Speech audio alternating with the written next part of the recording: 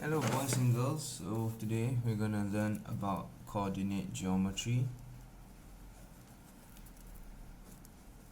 Forgive my terrible handwriting. But the first type of questions that you will get will be finding the distance between 2 points. Okay, so let's say D is this. D is 12, -6. E is -1, -2. So I want to stress that this is also a free mark lah. It's very simple to do, super easy. Right, all you gotta do start off is make sure you have a big square root. Alright, that's the first step. Second step is you want to minus the x and this x. How many x's do you have? This x is y lah. So you got 1x for D, you got 1x for E. So all you gotta do is minus those two. Right, so let's minus this. Minus D, D minus with E. So 12 minus -1. Alright, understand, yeah? And then plus this one minus with the y minus with another y. So this whole thing also, never mind, we do this one first. So y with this y, yeah? So -6 minus -2. Okay, then it's not the end yet. You have to make sure both parts, right, both x's and y's are squared. So all you have to do is make a bigger bracket here. This is a square. Okay, this one already got bigger bracket, right? Make sure it's a square. Okay, so first step, recap our first step, make a big square root, minus the x with this x, minus this y with this y, make sure both sides are squared. Okay, so then you solve. So you solve to make the bracket smaller first. So 12 plus 1 is 13, so it's 13 squared, plus -6 plus 2 is -4 squared. Okay, then it becomes, you just plus everything within the square root lah, make it easier for you. So 13 square plus -4 square is 16, right? So 13 square plus 16 equals the square root of 185. So when you go to your calculator, you just click square root 185, it will give you 13.6 units. So that's your answer. This is how you have to find distance between 2 points. Okay, so the question may,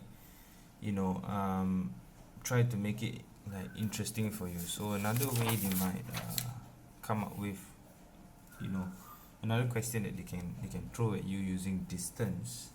If let's say they say, if distance between points A and 3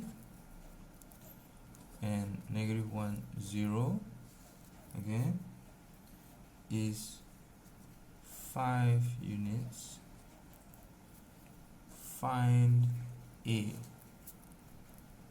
Okay, you have to find A. So it's very simple. Do the same thing that I told you.